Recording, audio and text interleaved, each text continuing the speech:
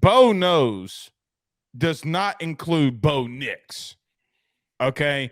Joe, you have him way too high. Way, way too high. Now, I have him at number 7. I do think that he progressed a lot last year.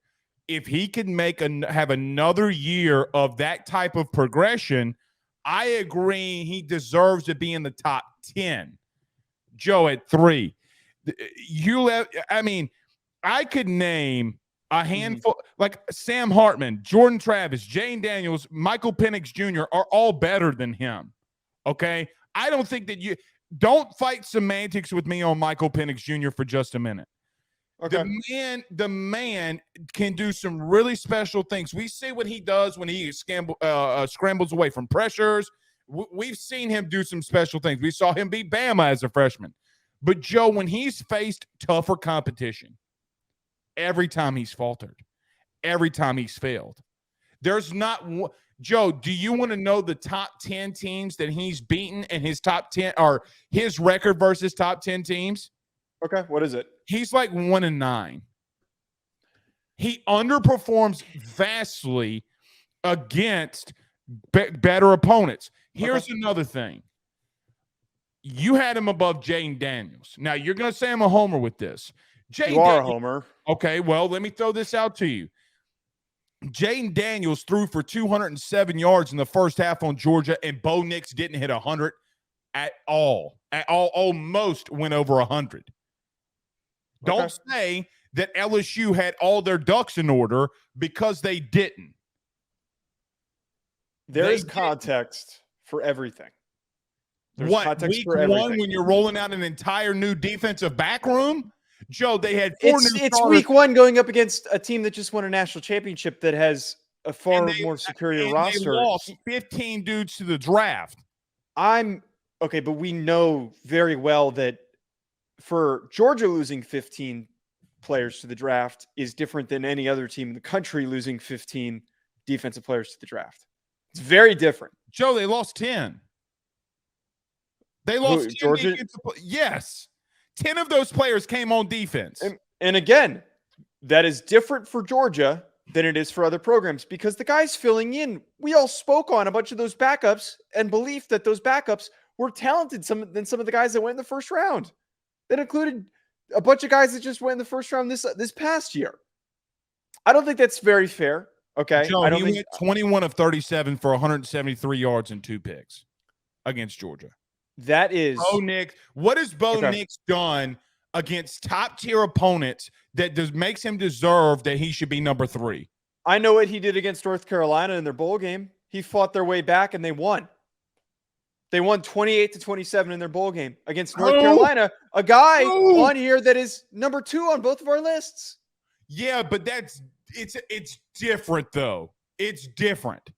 Okay? Name a receiver outside of Downs and any skill position or offensive lineman that really helped Drake May. All right, fair. I don't also like the using his opponent's argument because then we have to then pull Jordan Travis further down. That was why I placed Jordan Travis. Jordan Travis didn't beat any of the ranked teams that they played against. He beat the SEC West champion. In LSU, yes. In LSU. So before they lost to Wake Forest, they lost to NC State, and they lost to Clemson. On the road, I might add. Those are still 3 important games that you have to win in order to set yourself up to win your division. Those are critical, very, very important games. They lost those games, and those were not his best performances. That LSU game had a hell of a performance was great. Versus LSU. He absolutely did. I don't think that I have enough consistency. Look, the reason why I have Bo Nix to get back here, because I think we're going to go back and forth on a lot of these guys. I placed Bo Nix where he did. A lot of it came down to the production that he had last year. He has the most rushing touchdowns out of any of these guys, with 14. He threw for over 3,500 yards, 29 touchdowns, and only 7 interceptions. I understand the concern of his performance against some of the best teams that he's played. That Georgia game is an outlier. His career at Auburn, I hate to say this, and you're not going to like this, I'm throwing that in the trash. I can't use that. But I can't use that as evidence of what he is capable of doing because he was in such a horrible, horrible situation with Brian Harsin. That whole program was a dumpster fire. Yeah, but he wasn't there with Brian Harsin, but only a year, though. I have watched Bo Nix do some pretty great things. What he did against Washington State to climb back. Against Washington, he got hurt and tried to fight through it, and he couldn't. There were a lot of injuries and things that I think hindered Bo Nix at the end of the season at a stretch where he was considered for the Heisman. Some people wanted him to be in the Heisman. If Oregon won out, he would have absolutely been up there. But they didn't. Because he got hurt. He got hurt at the end of the season. No, he didn't. No, he didn't. He got hurt against Washington. He was banged up the rest of the season. Hurt against Oregon State?